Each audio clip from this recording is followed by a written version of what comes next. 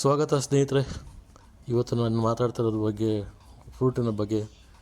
ಸಿಂಗಾರ ಅಂತಾರೆ, ಇಂಗ್ಲೀಷಲ್ಲಿ ವಾಟರ್ ಚೆಸ್ಟ್ನಟ್ಸ್ ಅಂತಾರೆ, ಹಿಂದಿನಲ್ಲಿ ಸಿಂಘಾಡ ಅಂತಾರೆ.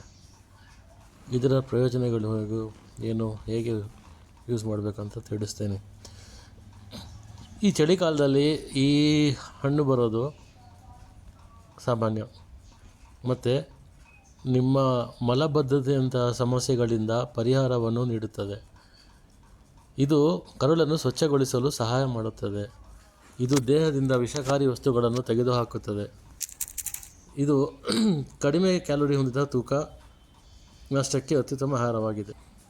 ಇದನ್ನು ಸೇವಿಸುವುದರಿಂದ ದೇಹವು ಫೈಬರ್, ವಿಟಮಿನ್, ಖನಿಜಗಳು ಮತ್ತು ಆ್ಯಂಟಿಆಕ್ಸಿಡೆಂಟ್ನಂತಹ ಅನೇಕ ರೀತಿಯ ಪೋಷಕಾಂಶಗಳನ್ನು ಪಡೆಯುತ್ತದೆ.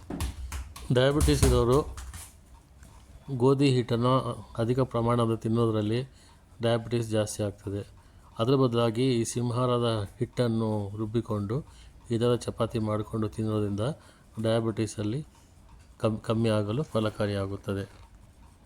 ಇನ್ನು ಮತ್ತೆ ನೆಕ್ಸ್ಟ್ ವೀಡಿಯೋಲಿ ಇನ್ನೂ ಮಾಹಿತಿ ಕೊಡ್ತೀನಿ.